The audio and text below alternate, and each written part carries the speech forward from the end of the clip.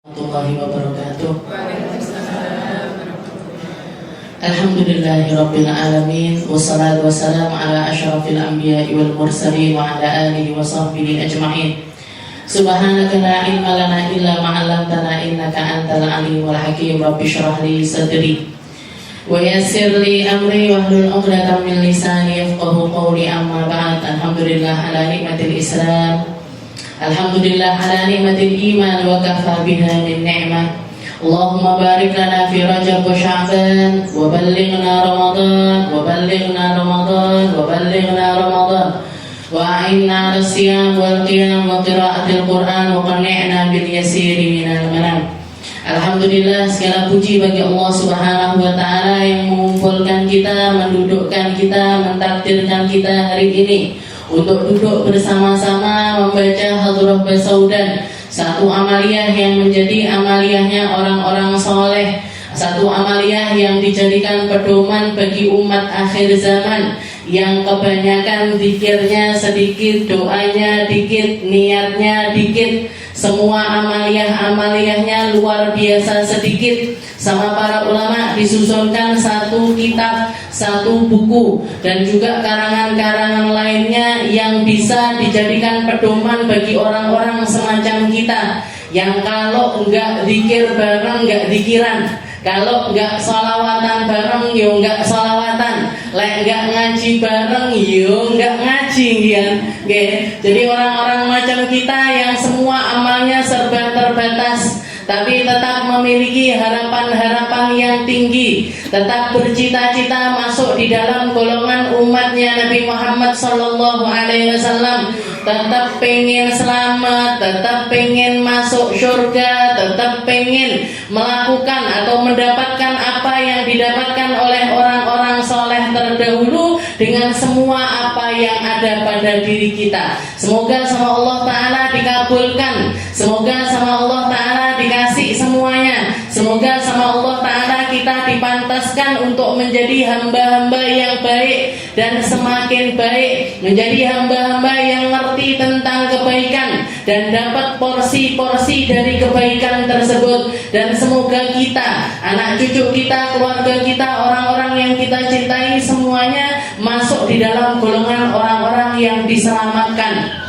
oleh Allah Subhanahu wa ta'ala. Jadi enggak pernah putus asa, sebagaimana yang Allah Ta'ala katakan di dalam Al-Quran, ya ayyuhalladzina amanu, ya qul lilladzina asrafu ala anfusihim la taqnatu min rahmatillah. Katakan wahai Muhammad kepada hamba-hambaku yang seringkali israf, kepada hamba-hambaku yang seringkali melampaui batas, kepada hamba-hambaku yang enggak kapok-kapok berdosa, yang enggak bosan-bosan bermaksiat, yang enggak pernah bisa keluar dari kesalahan, yang enggak bisa pernah keluar dari apa yang dia lakukan, kebiasaan-kebiasaan buruknya. Katakan kepada mereka, la taqnatu min rahmatillah, jangan pernah putus asa untuk nyari rahmatnya Allah. Seburuk apapun kita, sebanyak apapun dosa kita, sebanyak apapun kesalahan-kesalahan kita, jangan pernah putus asa untuk mendapatkan rahmatnya Allah Subhanahu wa ta'ala. Ayat ini para ulama atau para sahabat-sahabatnya Nabi Muhammad, mayoritas mereka mengatakan hadhil ayah arjal ayah fil Quran. Ini adalah ayat yang paling membawa pengharapan bagi semua orang muslim. Arjal ayah menjadi salah satu ayat yang paling diharap-harapkan oleh umat muslim. Karena kalau misalkan ini bicara tentang kita, kalau ngomong tentang kita, ada orang salah sekali kepada kita, kita maafkan. 2 kali maafkan, 3 kali maafkan, 4 kali maafkan. Kok masih diulangi 10 kali, apalagi sampai 100 kali, kira-kira masih mau maafkan apa enggak kita? Bojone jenengan yang biasanya setelah mandi handuknya ditaruhnya di kasur bukannya dijemur, diomongi sesok ngono neh, diomongi neh sesok ngono neh, diomongi neh sesok ngono neh, nggih bosen napa mboten jenengan? Iya, aku ngomongin sakarep kamu. Terserah mau anduknya kering apa enggak, terserah mau dipakai enak apa enggak, terserah. Itu kalau kita, itu kalau kita. Orang berbuat kesalahan kepada kita sampai 5 kali, 6 kali, sudah nggak mau mandang kita, Bu. Sudah nggak mau ngelihat kita, sudah nggak mau lagi serawung sama dia. Oh, berarti ini batasan antara aku denganmu. Kalau sama teman, oh, lo gue lah salah terus, utang nggak dibayar sekali, utang lagi nggak dibayar lagi 2 kali, utang lagi nggak dibayar lagi 3 kali. Oh, mohon maaf, nggak akan tak pinjemi lagi kalau ngutang. Itu kita, nggak akan mau temenan lagi, nggak akan mau mandang, sekedar mandang aja sudah nggak mau, mengunjungi rumahnya nggak mau, ngerti tentang dia nggak mau lagi kita. Itu kalau manusia, itu kalau manusia. Tapi ketika Allah Ta'ala mengatakan qul lil ladzina asrafu ala anfusihim, katakan wahai Muhammad kepada orang-orang yang seringkali melampaui batas. Ini pantasnya lanjutannya ayatnya itu, akan aku lemparkan dia ke neraka, akan aku masukkan dia ke dalam siksaanku, akan aku hidupkan dia dalam kesengsaraan, akan aku cabut kebahagiaan dari dirinya, akan aku ambil kesehatan dirinya, akan aku ambil ini itu dan lain sebagainya. Allah Ta'ala kalau mau ngungkit tentang kita, banyak sekali alasan Allah Ta'ala untuk ngungkit tentang kita. Apa? Dari ujung kepala sampai ujung kaki, atribut yang nempel pada diri kita yang bukan dari Allah Ta'ala yang mana, yang bukan dipinjemin sama Allah Ta'ala yang mana, diambil sedikit aja sama Allah Ta'ala. Allah Ta'ala maha mampu. Tapi ternyata terusan ayatnya sesuatu yang tidak disangka-sangka. Terusan ayatnya kalimat yang luar biasa indah. Allah Ta'ala mengatakan la taqnatu mir rahmatillah. Jangan pernah putus asa untuk mendapatkan rahmat dari Allah Subhanahu wa Ta'ala. Berdoalah, mengharaplah, mintalah, bersimpuhlah, berdirilah di hadapan Allah Ta'ala seberapa kali pun, istilahnya sesering apapun kamu maju, mundur lagi, maju lagi, mundur lagi, naik lagi, turun lagi, naik lagi, turun lagi, salah lagi, tobat lagi, salah lagi, tobat lagi, salah lagi, tobat lagi. Tapi katanya Allah Ta'ala la taqnatu mir rahmatillah. Jangan pernah putus asa untuk mendapatkan rahmat dari Allah Subhanahu wa Ta'ala. Ini Bu yang sedang kita lakukan. Ini yang sedang kita harapkan dari majelis ini. Ini yang kita hadirkan di dalam tempat-tempat yang semacam ini, agar kita nggak pernah terputus dari kebaikan-kebaikan yang masih Allah Ta'ala tebarkan di seluruh penjuru dunia. Kita masuk di dalam golongan mereka-mereka yang ada di dalam kebaikan tersebut. Meskipun entah bagaimana sepulang dari sini, kita bagaimana nggak ngerti kita, entah bagaimana kita setelah pulang ke rumah, apakah masih zikir itu nancep di dalam hati kita, apakah doa-doa harapan-harapan itu masih selalu kita munajatkan di rumah-rumah kita, apakah kita masih berada di dalam keadaan hati yang setenang ini di dalam rumah-rumah kita. Itu urusan nanti, itu urusan nanti. Terserah kita mau bagaimana keadaan kita, lingkungan kita, orang-orang yang ada di sekitar kita, seperti apapun mereka, sesulit apapun perubahan untuk hidup kita, jangan pernah putus hubungan dengan Allah Subhanahu wa Ta'ala. Ambil setiap kebaikan yang bisa kita ambil.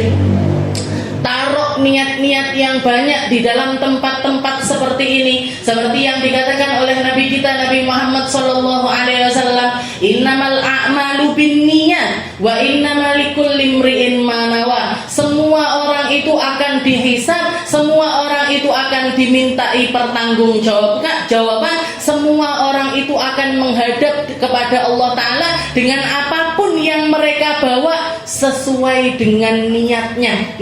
Sesuai dengan niatnya. Kalau dia melakukan sebuah kebaikan, dia melakukan sebuah kebaikan yang dibawa dengan amal baik ini adalah niat-niat yang dia tanam di dalam kebaikan-kebaikan tersebut. Apa yang kita cari di sini? Apa yang kita hadirkan di sini, apa yang ingin kita gapai di tempat ini, itu yang perlu kita tata. Saya melihat anak-anak kecil Hadramut dulu ketika saya belajar di sana, banyak orang-orang soleh-soleh yang ada di sana. Mereka mengatakan sebelum kami mengajarkan satu amal kepada anak-anak kami ajarkan niat kepada mereka. Bahkan mereka dilarang keluar rumah untuk sekolah sambil megang gagang pintu rumah, sama abahnya sama ibunya disuruh menghadirkan niat baik minimal 70 niat. Jadi mau berangkat sekolah, kamu sekolah itu mau ngapain? Kamu sekolah itu mau dapat apa? Apa yang kamu niatkan dari sekolahmu? Sambil megang gagang pintu, mereka mengutarakan niat sampai 70 niat. Baru selesai 70 niat, baru mereka keluar rumah. Biar apa? Biar lurus niatnya. Karena semuanya tergantung yang ada di sini, Bu. Semuanya tergantung dari keadaan hati-hati kita. Dipoles. Dipoles, yang dipoles bukan wajahnya, yang dipoles bukan luarnya, tapi yang dipoles adalah wajah kita. Bagaimana cara kita menghadapkan diri di hadapan Allah? Bagaimana cara kita untuk bertawajuh kepada Allah Ta'ala? Bagaimana kita menata niat dari segala hal yang sedang kita lakukan ini dengan amal-amal yang baik. Kalau kita nggak dimampukan sama Allah Ta'ala, opo yo niate akeh-akeh itu apa, malah bingung ini itu dan lain sebagainya, tinggal kita pasrahkan. Seperti yang kita baca di dalam hadroh tadi. Kenapa kok kita nyebut-nyebut para ulama? Kenapa kok kita nyebut-nyebut para wali? Kenapa kok kita nyebut-nyebut orang-orang soleh? Karena kita tahu diri. Ya Allah, kalau niat tentang diri saya, kepengetahuan saya terbatas, ilmu saya terbatas, kemampuan saya terbatas, maka saya pasrahkan kepada orang-orang yang jauh lebih mampu di dalam menata niat, yaitu mereka-mereka yang Engkau muliakan. Seperti yang dilakukan oleh Sayyidina Ali bin Abi Thalib ketika beliau berangkat haji. Beliau berangkat dari Yaman ke Mekah, sedangkan Nabi Muhammad dari Madinah menuju Mekah. Dari dua tempat yang berbeda, ketemu di Mekah, ditanya sama Nabi Muhammad, bima ahlalta ya Ali, wahai Ali, kamu itu niat haji apa? Karena seperti yang kita tahu, haji itu 3 macam. Ada yang namanya tato, ada yang namanya haji tamattu, ada yang namanya haji ifrad, ada yang namanya haji qiran. Ada yang umroh dulu baru haji, ada yang haji dulu baru setelah itu umroh, ada yang haji dan umroh menjadi satu. Kamu itu bima ahlalta. Kamu niat ihram haji ini pakai niat yang mana? Katanya Sayyidina Ali, ahlaltu bima ahlalta ya Rasul. Saya nggak ngerti ya Rasul, ketika saya ngambil mikot, saya cuma niat, ya Allah, saya niat ihram seperti niat ihramnya Nabi Muhammad sallallahu alaihi wasallam. Katanya Nabi Muhammad, oh kalau gitu saya hajinya ifrad, maka kamu ikutlah ifrad bersama kami. Haji dulu, baru setelah itu umroh. Berarti apa? Bahkan sekelas Sayyidina Ali sekalipun gandengkan niat, masrahkan niat, ngambil porsi dari niat itu digandengkan kepada Rasulullah Sallallahu Alaihi Wasallam. Begitu juga dengan Sayyidah Aisyah. Sayyidah Aisyah kalau doa nggak ribet-ribet, Bu, nyuwun niki, nggak kayak kita diperinci satu-satu. Anak saya yang nomor 1, ya Allah, anak saya nomor 2, ya Allah, ini mau kerja, yang ini mau keterima di SMP mana, yang ini mau di SMA mana, ruwet banget, ruwet diperinci satu-satu. Kalau Sayyidah Aisyah mboten, beliau doanya Allahumma inni as'aluka bima sa'alaka minhu abduka wa nabiyuka Muhammad sallallahu alaihi wasallam. Ya Allah, saya minta seperti yang diminta sama Nabi Muhammad. Ya Allah, saya nyari perlindungan seperti apa yang dicari perlindungannya oleh Nabi Muhammad sallallahu alaihi wasallam. Berarti enggak ruwet, berarti lek donga akeh-akeh enggak boleh Ustazah. Ya boleh, boleh aja, boleh aja. Tapi minta tolong, kalau Kalau jenengan doa yang banyak, jangan melulu tentang perkara dunia. Nggih, ndak waleh jenengan. Nggih, ndak waleh mintanya cuma tentang perkara dunia. Cari perkara akhirat, Bu. Cari tenangnya hati, cari tenangnya pikiran, cari kuburan yang luas, cari kuburan yang terang, cari pembangkitan yang indah, cari beratnya timbangan ketika amal kita ditimbang. Cari kitab-kitab kita agar bisa kita pegang pakai tangan kanan. Jangan cuman melulu tentang perkara dunia, jangan tentang pekerjaan saja, jangan tentang anak-anak dan juga orang-orang yang kita cintai saja. Tidak boleh, tapi panjangkan sampai perkara akhirat. Ya Allah, saya lagi nyari sekolah untuk anak saya lagi nyari tempat pendidikan untuk anak saya. Kasih yang terbaik dunia akhirat untuk saya dan dia. Kasih yang terbaik untuk kita sekeluarga. Jangan sampai saya salah pilih di dalam sekolahan. Ini tentang sekolahan, apalagi tentang pemimpin kita, apalagi tentang presiden kita besok. Tapi saya nggak kampanye, Bu. Jadi saya nggak kampanye. Jadi besok kita dapat amanah, dapat amanah dari negeri ini untuk menyuarakan suara kita. Minta sama Allah Ta'ala, ya Allah yang terbaik, bukan cuma tentang dunia, tapi sampai akhirat. Ya Allah untuk negeri ini, bukan cuma di dunia saja, tapi sampai akhirat nanti. Ya Allah untuk orang-orang yang penduduk negeri ini, bukan tentang dunia saja, tapi sampai akhirat nanti. Sudah berarti harus yang ini itu dan lain sebagainya. Kalau memang pilihannya harus yang istilahnya dari semua tiga paslon ini tadi, kita tahu persis kebaikan akhiratnya atau kebaikan agamanya lebih unggul dibandingkan yang lainnya, kita pilih mereka sambil tetap memasrahkan itu kepada Allah Subhanahu wa Ta'ala. Ya Allah, muga-muga sing terbaik. Ya Allah, muga-muga yang tersoleh. Ya Allah, muga-muga yang paling bisa bawa kebaikan dunia akhirat untuk negeri ini dan juga orang-orang yang ada di negeri ini. Jadi apa yang diamanahkan kepada kita ini jangan sampai kita khianati. Apa yang Allah Ta'ala amanahkan untuk kita untuk menyuarakan ini, nggak penting kalah menangnya, nggak penting, Bu. Kalah menangnya nggak penting, karena setiap kompetisi mesti ada yang kalah, mesti ada yang menang. Tapi tetap di mana tempat kita berada itu yang paling penting. Kita nyari, kita milih bukan karena gantengnya, bukan karena gemoynya, bukan karena yang gitu-gitunya, bukan karena gitu-gitunya, tapi karena mereka adalah orang-orang yang akan menjadi pemimpin negeri ini selama 5 tahun atau 10 tahun ke depan. 5 tahun sampai 10 tahun ke depan, semua hal yang terjadi ke depannya ada di tangan orang-orang penentu kebijakan seperti mereka.